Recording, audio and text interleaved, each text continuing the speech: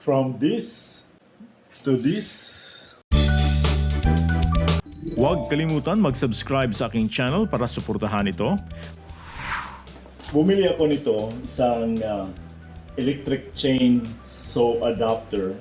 So, kailangan ko ng chainsaw, pamputol ng kahoy. This is just a mini size. Maliit lang ito siya. Pero, gamit na gamit ito, pamputol ng mga branches ng tree. So, at iba pang gusto mong puputulin na kailangan mo magmamadali pagputol. Mabilis yung pagputol. So, you can just use chainsaw. Since chainsaw is malaki at saka mas mahal, so I decided to buy an adapter. So, ito na siya ang forma dito, yung nasa litrato. At ito ay ilalagay sa isang angle grinder. I have a Bosch mini grinder. Nagamit ko ito for about 2 years na. So, ito ay very durable. So, here's the manual. Importante itong manual. What is this? Tin can to eh. Di ko alam kung baka guard lang yan. Tingnan natin.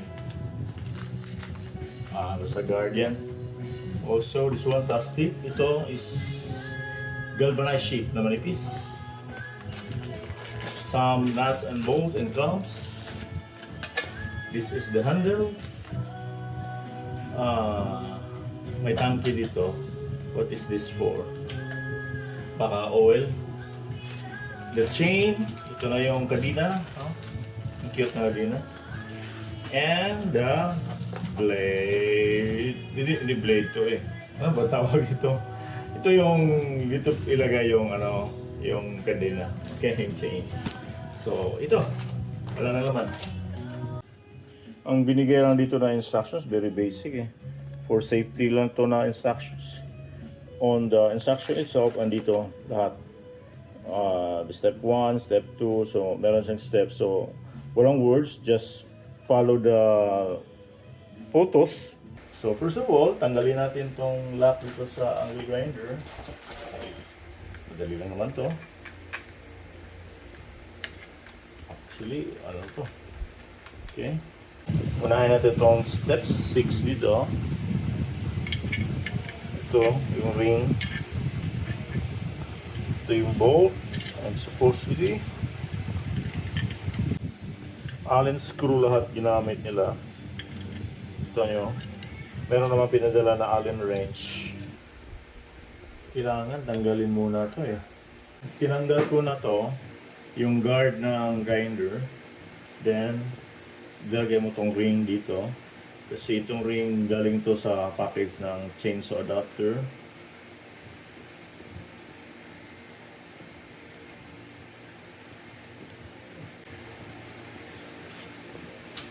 Okay. So, yun na. Then, katapos ito. According to the steps provided. Then, you use Allen screw to tighten this one. Ito yung holder niya. So, kailangan align dito. Straight siya. So, tingnan nyo. Hindi siya kailangan align tong holder dito sa body ng grinder.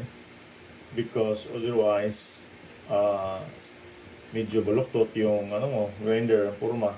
So, kailangan i-align siya. So, the next step is ilagay natin ang kadina dito sa kanyang ano ba tawag ng holder na ito. Tawagin natin yung body niya. Okay? So, madali lang naman ilagay. Just put it dito sa slit niya. Yun, tapos na. Okay? Then, lagay dito sa kanyang sprocket. Then you can adjust the distance. Okay. Yun.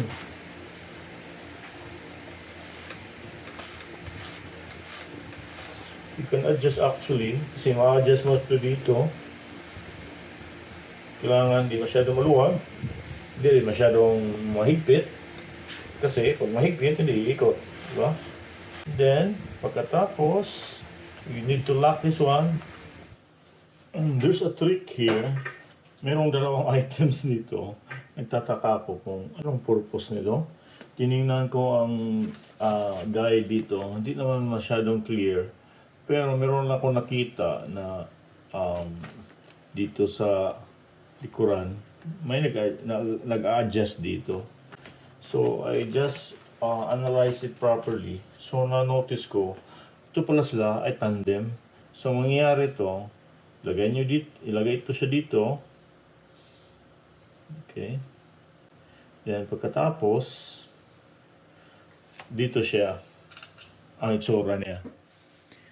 And then, ang purpose nito pala is to tighten the or this makes the adjustment of the chain.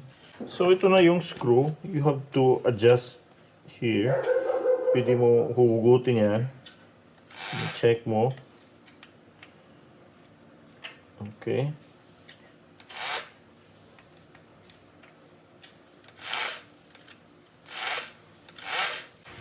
So be sure na iikot yung chain. At saka hindi siya masyado maluwag. Kailangan i-adjust natin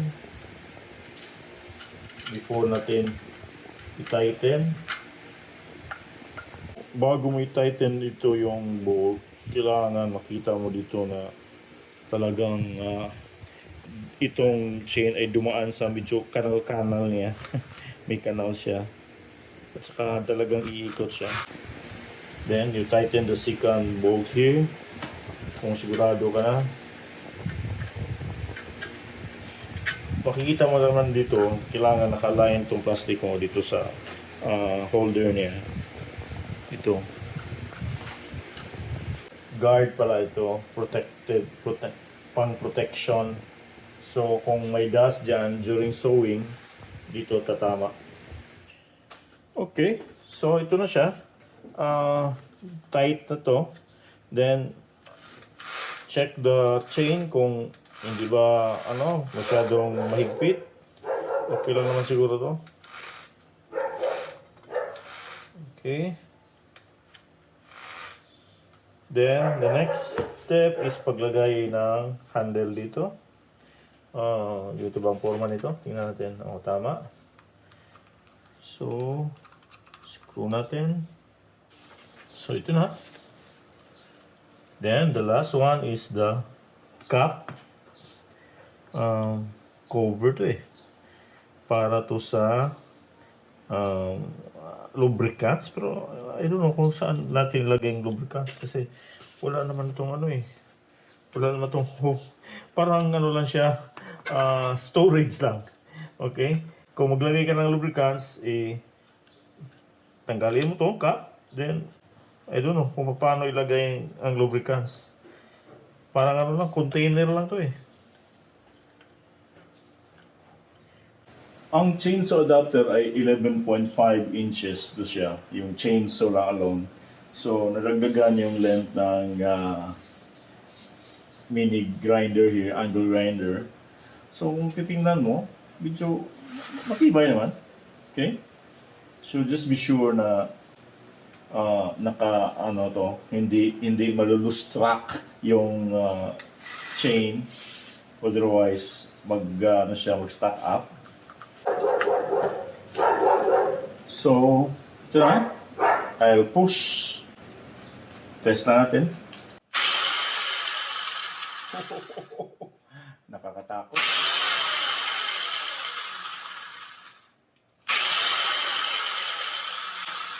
So, I now have a chainsaw. Test natin sa labas mamaya. Subukan natin.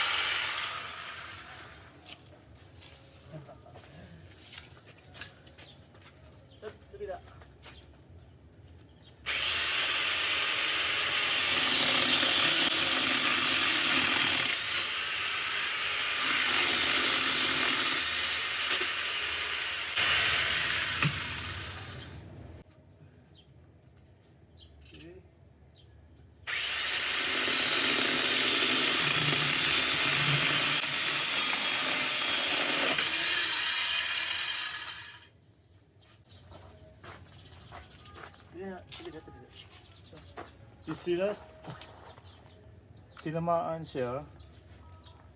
Doon yung guard niya. So manipis. So, ang nangyari,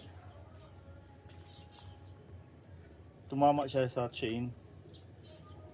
Okay. Oh. So natupi siya.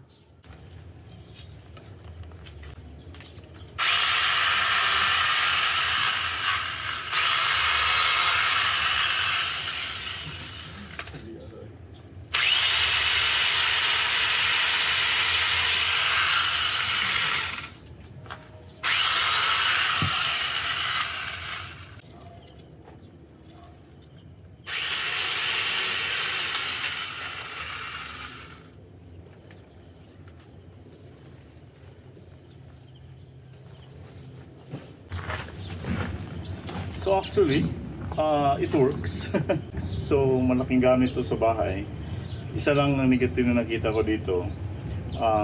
Kung isa lang yung grinder mo, magka-problema ka kasi you have to dismantle this again. At kung gagamitin mo naman yung chainsaw again, you have to assemble it again. So yun lang ang problema dito.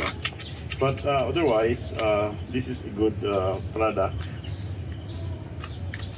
Kailangan mo lang i-adjust na maayos ng chain niya para hindi siya ma-dislocate. So sa test natin kanina, medyo lumuwag yung chain niya. Tingnan nyo. Oh, ang chain niya. Lumuwag ang chain niya at saka parang ma-dislocate na siya. So let's try to find out kung bakit ganito siya. Nakita ko yung problema. So yung screw dati dito, na siya yung nag-hold nito, kailangan tamang-tama lang yung sukat. Otherwise, magluluwag to siya. Okay? So, kailangan tamang-tama lang talaga. Kaya in-adjust ko na lang. Ito lang yung nakita kong problema, wala na iba. And, tignan mo. Okay lang siya ulit.